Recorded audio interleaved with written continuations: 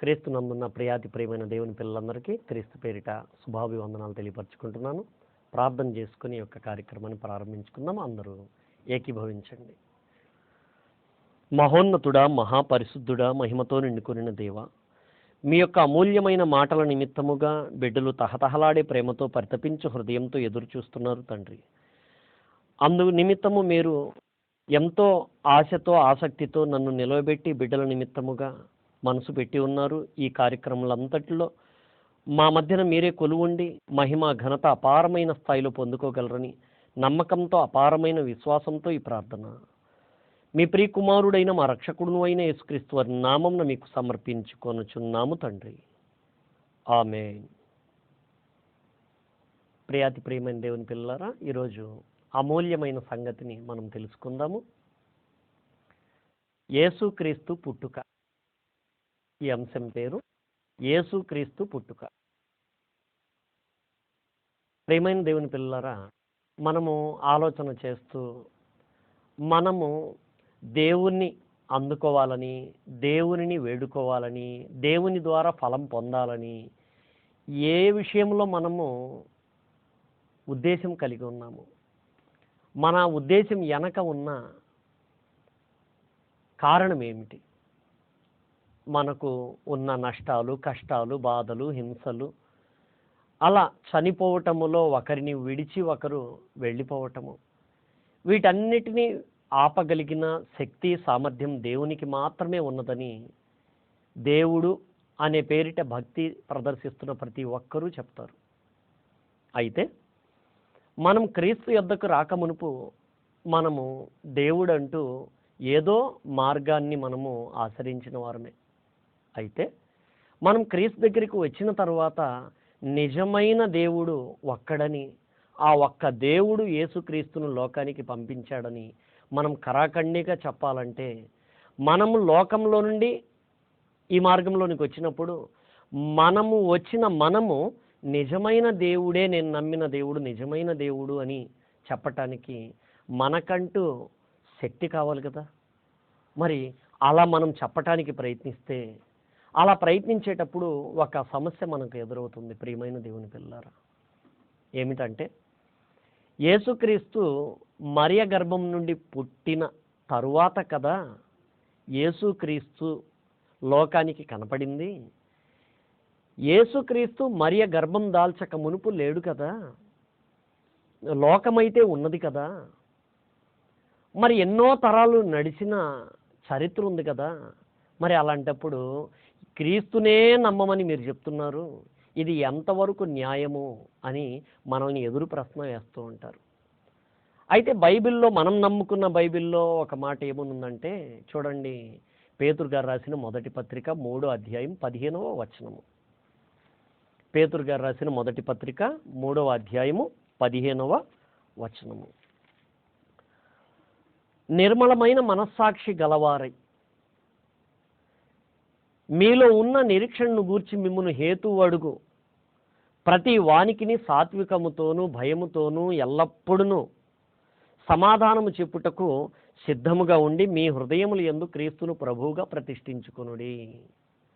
ఈ మాటను మనము పనిలో పెట్టాలి అంటే, మీలో ఉన్న నిరీక్షణ అంటున్నాడు చూడండి ఇక్కడ. అంటే లోకంలో ఉన్న వాళ్ళందరి నిరీక్షణ వేరు, క్రీస్తును నమ్ముకున్న వారి నిరీక్షణ వేరుగా ఉండాలి అని బైబిల్ సూచిస్తుంది. ప్రియమైన దేవుని పిల్లలారా, మీలో ఉన్న నిరీక్షణను గూర్చి మిమ్మును హేతు అడుగు ప్రతి వానికి అన్నాడంటే, హేతు అంటే కారణము. అంటే నువ్వు ఎందుకు నమ్మావు, నువ్వు ఎందుకు ఎదురు చూస్తున్నావు, నీకేమి కావాలి, క్రీస్తును నమ్మిన నీకు ఏమి కావాలి, మాలాగా లేకుండా నువ్వు వేరేగా కనబడుతున్నావు, మా క్రీస్తునే నమ్మాలని నువ్వు మాతో చెప్తున్నావు, మరి దీనికి కారణం ఏంటి అని అడిగారు అనుకోండి, మనం ఖచ్చితంగా చెప్పాలి కదా. నీతో మాట్లాడలేనయ్యా నేను అంటూ వారితో విసిగించుకొని వదిలేసేయటం కోసం మనం గనక ఆ సమయాన్ని వృధా చేస్తే, ప్రియమైన దేవుని పిల్లలారా, మనకు శిక్ష ఉంటుంది అనే మాట కూడా ఇక్కడ ఈ వచనంలోనే మనకు అర్థమవుతుంది. అందుకే మిమ్మును హేతు అడుగు ప్రతివానికి సమాధానం ఇచ్చుటకు ఎల్లప్పుడూ సిద్ధముగా ఉండమన్నాడు, సాత్వికంతోనూ భయముతోనూ చెప్పమన్నాడు. సాత్వికంతో చెప్పాలి మనము. అలాగే భయపడాలి, చెప్పలేకపోతే నాకు శిక్ష అనేంత భయము మనలో కలగాలి ప్రియమైన దేవుని పిల్లలారా. అలాగే యాకోబు గారు రాసిన పత్రిక 3వ అధ్యాయంలో కూడా ఒక మాటను గమనిద్దాము. 1వ వచనము, నా సహోదరులారా, బోధకులమైన మనము మరి కఠినమైన తీర్పు పొందుదుమని తెలుసుకొని మీలో అనేకులు బోధకులు కాకుండుడి. చూసారా? అంటే క్రీస్తుని నమ్మిన మనము క్రీస్తు యొక్క సంగతులు మనం తెలుసుకోవటంలో వెనకబడితే మనల్ని ప్రశ్నలు వేసే వారికి సమాధానం ఇవ్వలేని పరిస్థితిలో ఉంటాం మనము. అలా ఇవ్వలేని పరిస్థితిలో ఉన్న మనము ఏదో ఒకటిలే అని గబాలను చెప్పేసేయడానికి ప్రయత్నిస్తే ప్రియమైన దేవుని పిల్లలారా, మనము శిక్షకు గురి అవుతాము అని చెప్తున్నారండి. ఇప్పుడు యేసుక్రీస్తు పుట్టుక గురించి, క్రిస్మస్ గురించి లోకమంతా సంతోషిస్తున్నప్పుడు మనకు ఎదురయ్యే ప్రశ్న, ఏకైక ప్రశ్న, క్రీస్తు మరియమ్మ గర్భం నుండి పుట్టక మునుపు లోకం ఉంది కదా, మేమైతే మా దేవతల ఫోటోల మధ్యలో మీ క్రీస్తును కూడా మేము పూజిస్తున్నాము, మీరైతే మా క్రీస్తును మాత్రమే నమ్మాలి, మీ పటాలు తీసేసేయండి అంటున్నారు. మరి మీది చూస్తే పక్షపాత వైఖరి, మాది చూస్తే సమాధాన వైఖరి కనబడుతుంది అని, ఐక్యత మాలోనే ఉన్నది, మీలోనే లేదు, మీరు మూర్ఖులు అంటూ ఎదురు ప్రశ్న వేసి మనల్ని ఖండిస్తున్నప్పుడు మనం నిజం చెప్పగలగాలి ప్రియమైన దేవుని పిల్లలారా. ఆలోచించండి, నిజమే కదా వాళ్ళు అడుగుతున్నారు, అడుగుతున్నది నిజానికి నిజం అనిపిస్తుంది, వాళ్ళు అడుగుతున్నది న్యాయమే అనిపిస్తుంది. ఎందుకంటే మనము నిర్మలమైన మనస్సాక్షి గలవారమై ఉండాలి అనేది దేవుని కోరిక. అంటే మలినం లేని మనస్సాక్షి. ఇలా మలినం లేని మనస్సాక్షితో ప్రశ్న అవతలోడేస్తే వాడికి తెలియకే కదా పాపము, కన్ఫ్యూజ్ అయిపోతున్నాడు కదా. దేవుడు ఒక్కడే అని అంటున్నాడు అన్యుడు కూడా. మరి ఆ ఒక్క దేవుడు ఎవరో తెలియక తికమక పడిపోతూ కులానికి ఒక దేవుడు, మతానికి ఒక దేవుడు అన్నట్టు రకరకాలైన మార్గంలో మళ్ళా తిరుగులాడుతూ కన్ఫ్యూజ్ అయిపోతుంది లోకమంతా. మరి అలాంటప్పుడు నిజమైన దేవుడు ఒక్కడేనని మనం చెప్తూ, నేనే మార్గమును, సత్యమును, జీవమును, నా ద్వారానే తప్ప తండ్రి అయిన దేవుని యొద్దకు ఎవ్వడునూ చేరలేడు అని క్రీస్తు చెప్పిన మాట మన పెదాల నుండి వస్తుంది. మరి నేనే మార్గము అని క్రీస్తు చెప్తున్న మాట మనమే మాట్లాడుతున్నాము, విన్నవారు మనకు ఎదురు ప్రశ్న వేస్తున్నారు, క్రీస్తునే నమ్మాలా అని ఎదురు ప్రశ్న వేస్తున్నారు. అప్పుడు మనం లోకానికి ఎలా చెప్పాలి, ఏంటి సమాధానము ఎక్కడుంది? బైబిల్లోనే ఉంది. ఒక పాఠశాలలో పాఠాలు నేర్పించినప్పుడు తర్వాత కాలంలో పరీక్షలు పెడతారండి. ఆ పరీక్షలు పెట్టేటప్పుడు వారు నేర్పని వాటికి ప్రశ్నలు మనల్ని మనకేస్తే మనం ఒప్పుకోము, అది అన్యాయంగా భావిస్తాం. మనకు నేర్పించిన పాఠాల్లో నుంచి ప్రశ్నలు వేస్తే అప్పుడు మనకు తేలికవుతుంది. మనకు ఒకవేళ కష్టమైంది అనుకుంటే అది వారి తప్పు కాదు, అది మన తప్పు అవుతుంది ప్రియమైన దేవుని పిల్లలారు. అలాగే దేవుడు కూడా మనకు పాఠ్య పుస్తకంగా బైబిల్ ఇచ్చాడు. మరి బైబిల్లో ప్రశ్నలన్నిటికీ మనుషులు ఎలాంటి ప్రశ్నలు వేసినా మీరు సమాధానం సాత్వికంతో చెప్పాలి అని చెప్పినప్పుడు ఇప్పుడు వారు వేసిన ప్రశ్న వాళ్లకు అనుకూలంగానే ఉన్నది. అలాగే దేవుడు మనకైతే చెప్పిన మాట ప్రకారం మనము సాత్వికంతో చెప్పటానికి మనం ప్రయత్నిస్తే మనకు కూడా అది ఇంకా సులువు అవుతుంది. అందుకే యేసుక్రీస్తు వారు చెప్పారు, నేను సాత్వికుడను, దీన మనస్సు గలవాడను గనుక మీ మీద నా కాడి ఎత్తుకొని నా యొద్ద నేర్చుకొనుడి, అప్పుడు మీ ప్రాణములకు విశ్రాంతి దొరుకును. చూసారా? అంటే ఏం నేర్చుకోవాలి క్రీస్తు దగ్గర మనము? సాత్వికము, దీన మనస్సు, ఈ రెండింటిని నేర్చుకోవాలి ప్రియమైన దేవుని పిల్లలారా. చూసారా?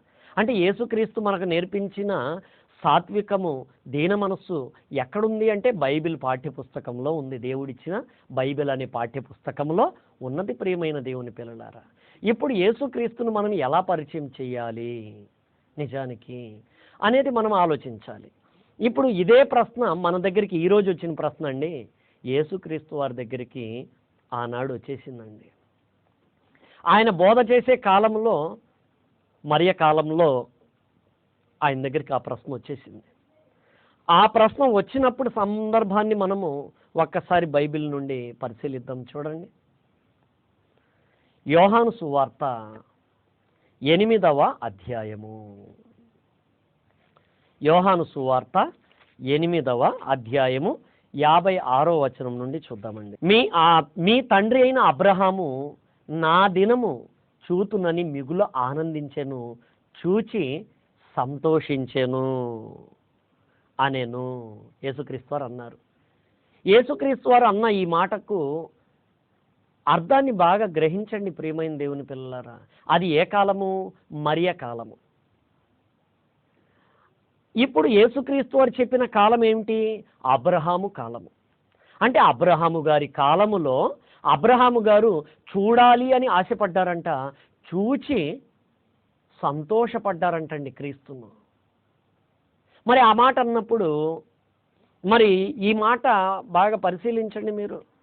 మరియ కాలానికి అంటే క్రీస్తు కాలానికి మునుపు, అంటే మరియమ్మ గర్భం నుండి పుట్టిన క్రీస్తు కాలానికి మునుపు 2200 సంవత్సరాల క్రితమైన అబ్రహాం అనే ఒక వ్యక్తిని గూర్చిన దేవుడు ఇష్టపడిన ఒక విశ్వాసి గురించి యేసుక్రీస్తు వారు మాట్లాడుతున్నారండి. అంటే భూమి మీద అందరికంటే గొప్పవాడుగా, విశ్వాసులకే తండ్రి అని దేవుడి ద్వారా అవార్డు పొందిన అబ్రహాము గారు ఆశపడ్డారంటండి క్రీస్తును చూడాలని. చూచి సంతోషించారంటండి. అప్పుడు వాళ్ళేమంటున్నారండి? నీకింకను 50 సంవత్సరములైనా లేవే, నీవు అబ్రహామును చూచితివా?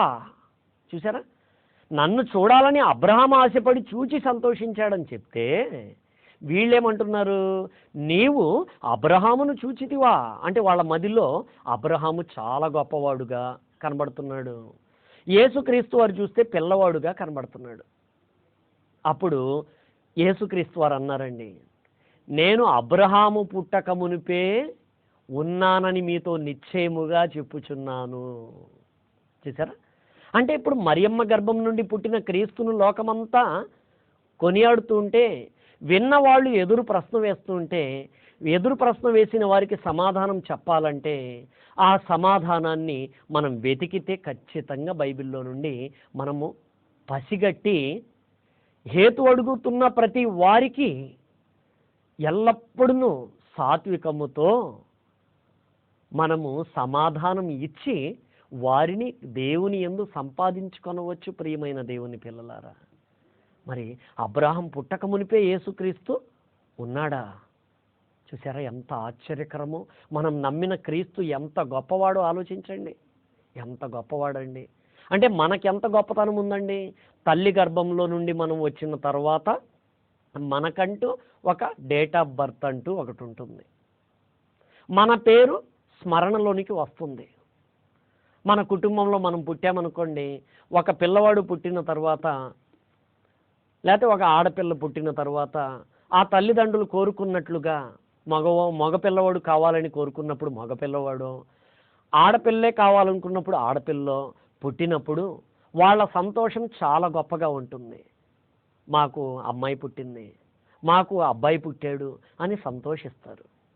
అలా సంతోషిస్తున్న వారికి ఆ పిల్లవాడు కాస్త ఎదిగి ఆ తల్లిదండ్రులకు ఆశ్రయాన్ని ఇచ్చాడనుకోండి, ఆసరా అయ్యాడనుకోండి, అప్పుడు ఆ తల్లిదండ్రులు అంటారు, నువ్వు పుట్టి మాకు సంతోషాన్ని ఇచ్చావురా అని అంటారు. అలాగే ఆ మనిషి తోడ పుట్టిన వారు అక్క చెల్లెళ్ళో అన్న తమ్ముళ్ళో ఉన్నారనుకోండి, వారిని కూడా వాళ్ళ కష్ట నష్టాల్లో బాధ దుఃఖాల్లో సంతోషాన్ని ఇచ్చాడనుకోండి, తన వంతు కష్టార్జితంతో వారికి చేయూతనిచ్చాడనుకోండి ఈ పుట్టిన బిడ్డ, అప్పుడు తోడబుట్టిన వారు మాకు నీవు పుట్టటము చాలా సంతోషమని అన్నదమ్ముళ్ళు కానీ అక్క చెల్లులు కానీ చెప్తారు. ఇలా ఇంటిల్లిపాదికి ఉపయోగపడుతూ మంచి చదువులు చదువుతూ ఉన్నప్పుడు, అలా మంచి చదువు చెప్పేటప్పుడు మంచి ర్యాంకర్ అయ్యాడు అనుకోండి అతను, అప్పుడు అతనికి పాఠశాల గురువుల నుంచి మంచి రెస్పాన్స్ వస్తుంది.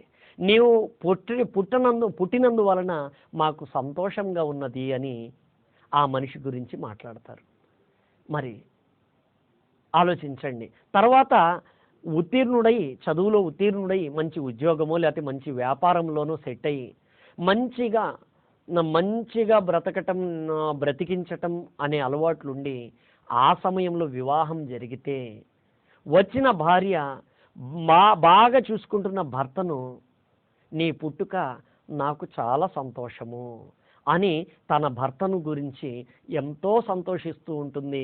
అలాగే ఆమె తల్లిదండ్రులు కూడా, మాకు మంచి అల్లుడు మాకు దొరికాడు, ఇదిగో మా అల్లుడు పుట్టుక చాలా మంచిదని, ఇదిగో అల్లుడు పుట్టినందుకు అత్తమామలు, కొడుకు పుట్టినందుకు తల్లిదండ్రులు, అలాగే తోడబుట్టినవాడు పుట్టినందుకు అక్క చెల్లెళ్ళు, అన్నదమ్ముళ్ళు అందరూ సంతోషిస్తున్నారు. అయితే ఇప్పుడు మనం సంతోషించవలసినది, మరి ఇంటిల్లిపాది సంతోషిస్తున్నా మరి ఆ సంతోషముతో సరిపెట్టుకుంటే యేసుక్రీస్తు వారిని మనము అందరికంటే హెచ్చించి, మనం నమ్మిన దేవుడు నిజమైన దేవుడని, ఆ నిజమైన దేవుడు పంపించిన ఒకే ఒక్కడు యేసుక్రీస్తని మనం ఘంటాపదంగా ఎలా నిరూపిస్తాము? ప్రియమైన దేవుని పిల్లలారా, ఆలోచించండి. ఒక బిడ్డ పుట్టాడంటే ఆ ఇంటిల్లిపాది అందరినీ బాగా చూసుకునేందుకు ప్రయత్నించే ప్రయత్నాల్లో గొప్పగా అందరూ సంతోషిస్తారు. అయితే ఆ ఇంటిల్లిపాది సంతోషిస్తున్నప్పుడు అవకాశం ఉంటే తిని మిగలంగా అడుక్కునే వాళ్ళకు వేసినప్పుడు వారు కూడా సంతోషిస్తారు. కానీ తినడానికి తామకే చాలి చాడినట్టుగా ఉన్నప్పుడు ఎంత మంచి మనసు గల్లవాడైనా తాను పుట్టినందుకు తన వారిని వదిలేసి పక్కన వారిని చూడడానికి అతను మనసున్నా కూడా వీలవ్వదు కదా, మరి ఎలా సంతోషపెడతాడు? అదే యేసుక్రీస్తు అయితేనండి, యేసుక్రీస్తు అయితే ఒక కుటుంబాన్ని మాత్రమే పోషించటానికి పుట్టలేదు. మరి ఆయన పుట్టాడంటే మరి ఎందుకు పుట్టాడు, ఆయన వలన ఏంటి అని ఆలోచిస్తేనండి, ఇదిగో ఆయన పుట్టుకకు ముందు ఒక పుట్టుకను దేవుడు భూమి మీద హెచ్చించాడండి. ఆ హెచ్చించిన అతని పేరు యోహాను. యోహాను గురించి యేసుక్రీస్తు తన ప్రసంగంలో మాట్లాడుతూ ఒక మాట చెప్తున్నారు. ప్రియమైన దేవుని పిల్లలారా, చూద్దాము. చూడండి, మత్తయి సువార్త 11వ అధ్యాయము 11వ వచనాన్ని గమనిద్దామండి.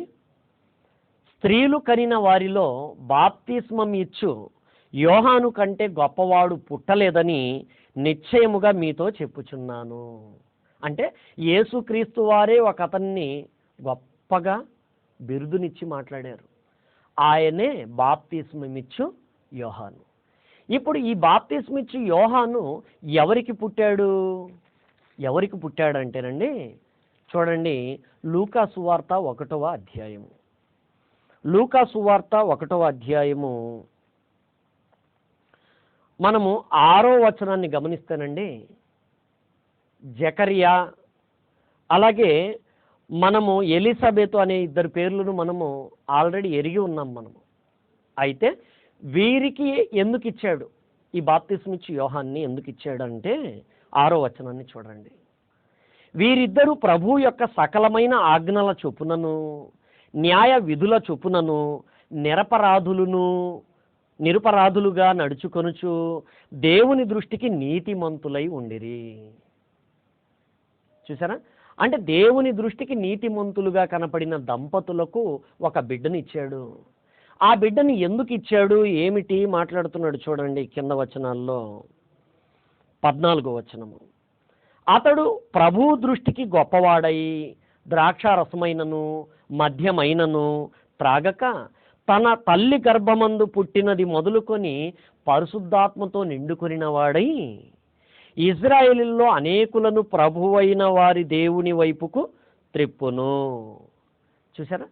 అంటే ఇప్పుడు దేవుని దృష్టికి నీతిమంతులుగా ఆ జకరియా ఎలిజబెత్ కనబడితే వారికి ఒక బిడ్డనిచ్చాడు దేవుడు. ఇచ్చే ముందల చెప్తున్నాడు, వాళ్ళతో అనౌన్స్ చేస్తున్నాడు. మరియు అతడు తండ్రుల హృదయములను పిల్లల తట్టును, పిల్లల అవిధేయులను నీతిమంతుల జ్ఞానమును అనుసరించుటకును త్రిప్పి ప్రభు కొరకు ఆయత్తపడి ఉన్న ప్రజలను సిద్ధపరచుటకై ఏలియా యొక్క ఆత్మయు శక్తియు గలవాడై ఆయనకు ముందుగా వెళ్ళును. గనుక నీకు సంతోషమును మహా ఆనందమును కలుగును. అతడు పుట్టినందున అనేకులు సంతోషింతురు అనేను. చూసారండి? అంటే ఇప్పుడు బాప్తిస్మ ఇచ్చి యోహాను పుట్టినందున అనేకులు సంతోషిస్తున్నారంటండి. అనేకులు సంతోషిస్తారని గ్యారెంటీ దేవుడిచ్చాడండి. ప్రియమైన దేవుని పిల్లలారా, మరి మనము యేసుక్రీస్తు పుట్టుక గురించి బాప్తిస్మ ఇచ్చి యోహాను ప్రకటించినట్లుగా ప్రకటిస్తున్నామా? మరి బాప్తిస్మ ఇచ్చి యోహానుకు ఇంత పేరెందుకు వచ్చింది? దేవుడే ఇంత అవార్డు ఎందుకు ఇచ్చాడు అంటే, ఇదిగో అతను చేసిన పని ఏంటి అంటే యేసుక్రీస్తును ప్రకటించాడు. ప్రియమైన దేవుని పిల్లలారా, యేసుక్రీస్తును ప్రకటించాడు. అంటే ఇప్పుడు యేసుక్రీస్తును ప్రకటించే మనము ఈ తరంలో ఉన్నాము. మరి మన వలన అనేకులు సంతోషిస్తున్నారా? అనేకులు మన వలన సంతోషిస్తున్నారా? ఆలోచించండి ప్రియమైన దేవుని పిల్లలారా, మన వలన అనేకులు సంతోషిస్తున్నారా?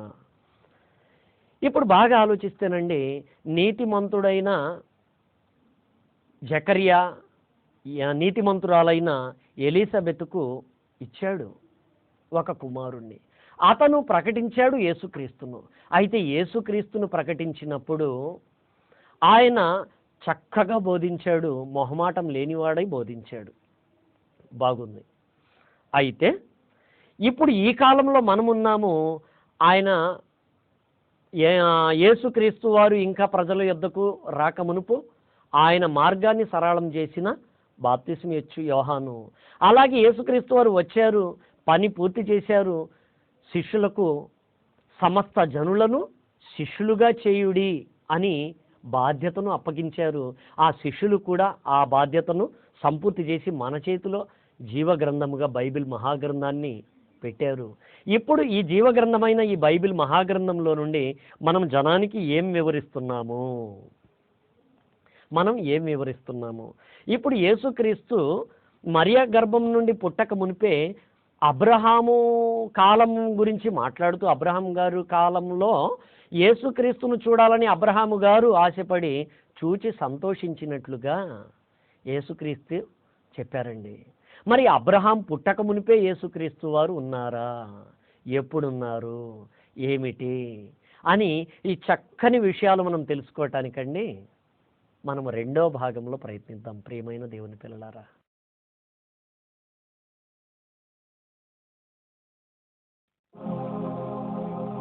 దయాప్రాప్తురాల నీకు శుభము. మరియా, భయపడకుము.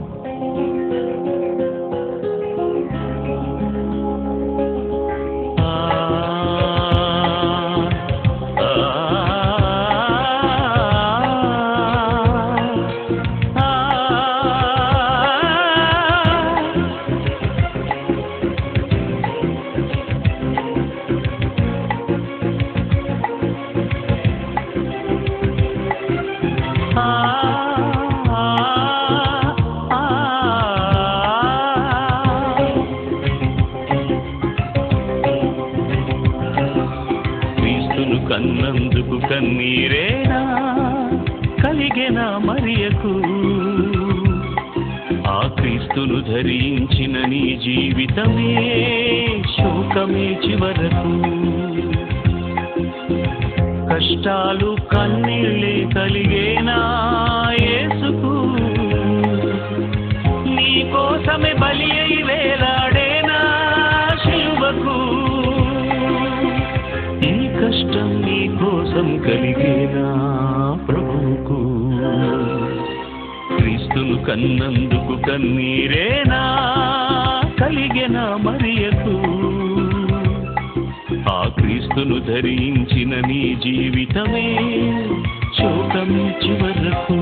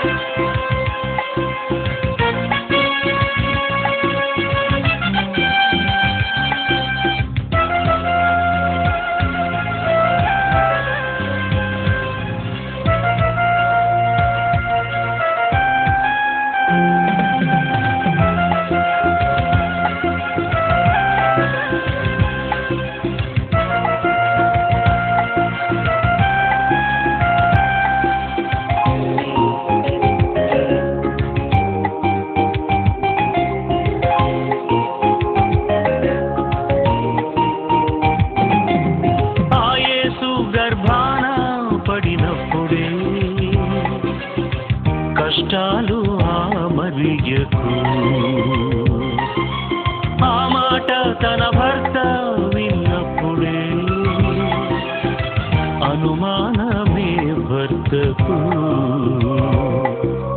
భర్తే అనుమానించి విడనాడుద్దేశిస్తే నీ భార్య మంచిదని దేవుడే కబురంపెను. లోకరక్షకుడనిరిగి రక్షిస్తాడని తెలిసి క్రీస్తునే కన్న తర్వాతే కాపురం చేసెను. శిలువ యొద్దకే వెళ్ళింది యేసును చూచుటకు. తన భర్త పిల్లలు రాలేదప్పుడు ఆమెతో ఎందుకు? ఆ గడియ నుండి ఆ వెళ్ళిపోయింది యోహాను యొద్దకు. ఆ శిష్యునింటికే చేరిపోయింది తల్లిగా చివరకు, ఒంటరిగా చివరకు. జరిగింది అన్యాయం, ఎవరికి తెలుసి సత్యం? క్రీస్తును కన్నందుకు కన్నీరేనా కలిగెనా మరియకు? ఆ క్రీస్తును ధరించిన నీ జీవితమే శోకమే చివరకు.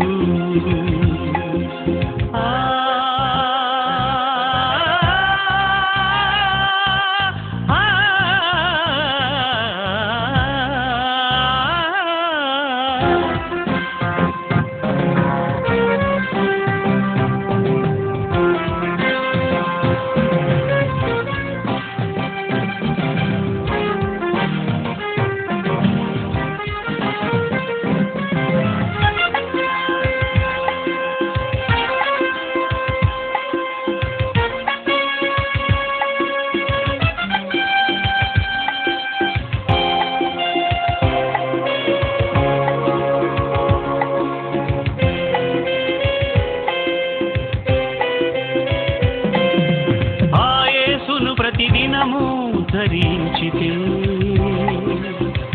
అవమానమే మరువకు. సావైతే లాభమని కొనసాగితే బహుమానమే చివరకు. నీ వారే నిందించిన, నీ భర్తే దూషించిన, దేవుని పని జరిగిస్తే ఆ యేసుకు తల్లివే. శ్రమలున్నా నువ్వు విడువకు, మరి ఎవలె నిలుచు చివరకు. క్రీస్తును కన్నందుకు కన్నీరేనా కలిగెనా మరియకు? ఆ క్రీస్తును ధరించిన నీ జీవితమే శోకమే చివరకు.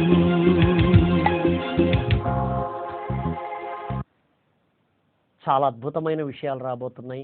అందరూ ఆశగా ఎదురు చూడండి, అందరూ ఏకీభవించండి, ప్రార్థన చేసుకుందాము. సర్వోన్నతుడా, మహాశక్తి గల దేవా, మహోన్నతమైన మీ మాటలో మీరు సిద్ధపరిచినది అమూల్యమైనది, మహాభాగ్యవంతమైనది. ఇదిగో మీ యొక్క వాక్యంతో ముల్లోకాల్ని సృష్టించిన మీ యొక్క అద్భుతమైన ప్రయోగము ఇదిగో ఈ సమయంలో బిడ్డలందరికీ అందించి ఈ ప్రయోగంలో బిడ్డలందరినీ మహత్కార్యములుగా మార్చదలిచి యేసుక్రీస్తు వలె బిడ్డలను నిత్య జీవులుగా మార్చడానికి మీరు ఎంపిక చేసిన యొక్క పాఠములో బిడ్డలు ఉత్తీర్ణులై ఇంతకంత నూరంతలుగా ఫలించి మీకు దక్కులాగున బిడ్డలందరినీ కనికరించండి. రోగ బాధల్లో, అప్పుల బాధల్లో, అలా కష్ట నష్టాల్లో, ఇబ్బందుల్లో ఇరుక్కుపోయామంటూ ఏడుస్తూ దుఃఖిస్తూ హృదయం నిండా దుఃఖంతో రగిలిపోతూ ఉన్న బిడ్డలందరికీ తగినట్లుగా మీరు క్రీస్తు బాటలో నడవటానికి తగిన నెమ్మది విశ్రాంతిని ప్రవేశపెట్టి ఇదిగో యొక్క అమూల్యమైన కార్యక్రమంలో భూమి మీద మీరు సంతోషిస్తున్నారని బిడ్డలకు అనుభవపూర్వకంగా తెలియపరిచేందుకు రెండో భాగం వైపు ఇదిగో మరింతగా ఉత్సాహంగా మమ్మను ముందుకు నడిపించండి తండ్రి. ఈ ప్రార్థన మీ ప్రియకుమారుడైన మా రక్షకుడును అయిన యేసుక్రీస్తు వారి నామమున మీకు సమర్పించుకొనుచున్నాము తండ్రి. ఆమేన్. అందరికి క్రీస్తు పేరిట హృదయపూర్వక వందనాలండి.